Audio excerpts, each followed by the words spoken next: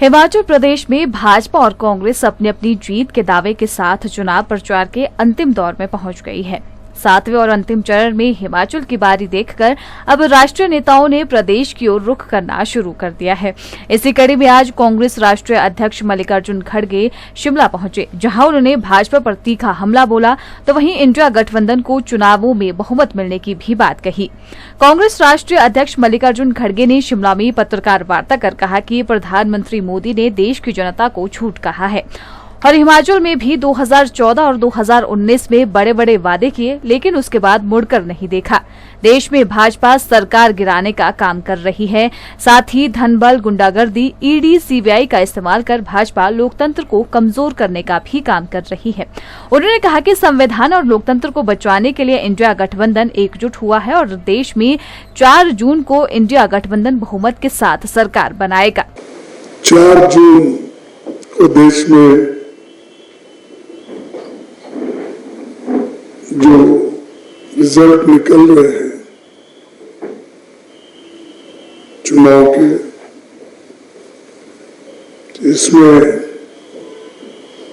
India गठबंधन को बहुमत मिलेगा और हम इंडिया गठबंधन की सरकार बनाने जा रहे हैं। ये इसलिए बोल रहा हूं कि लोग तंग आ गए और देश की जनता जरा पानी हमेशा रखना, मैं 10 बार बोलूं।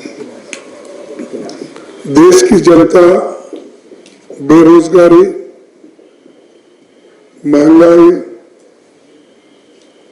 किसानों की बदहाली,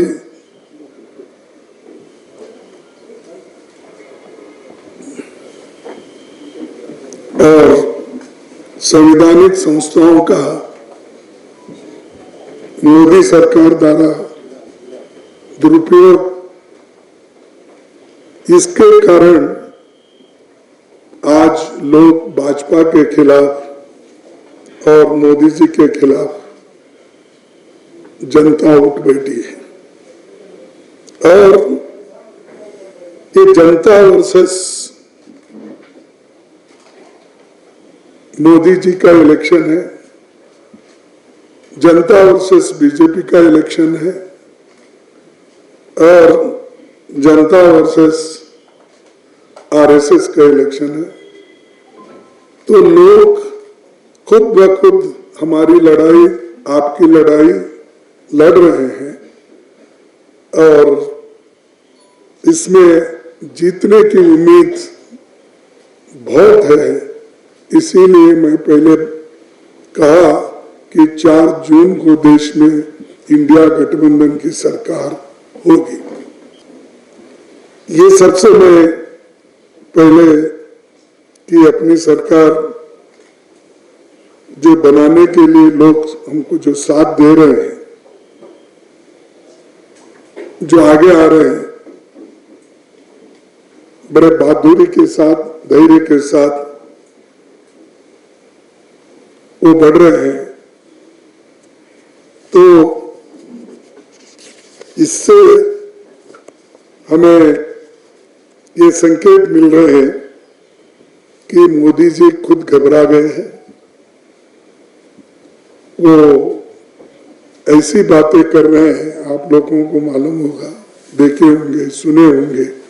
यहाँ भी आके जिस ढंग से उन्होंने भाषण किया, आज बिहार में कैसा किया, किसी को नाचना है तो नाचने दो, मुजराह करना है मुजराह करना है, ऐसी बातें मैं नहीं समझता। एक देश के प्रधानमंत्री,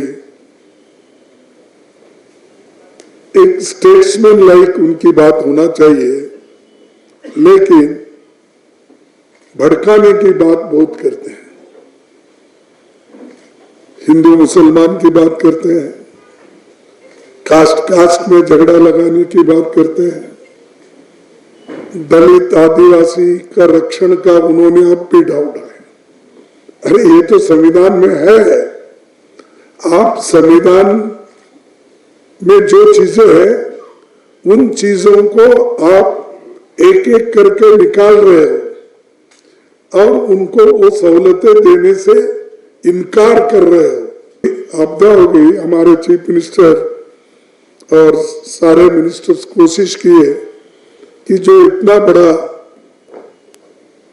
एक भूकंप के तरह और फ्लड, इतने पहाड़ गिरे, सब चीजें हुई, घर गिरे, लेकिन उन्होंने एक पैसा भी अपने ओर से या नेचुरल डिजास्टर फंड से जो देना था वो भी नहीं दिए। जो हम एलिजिबल है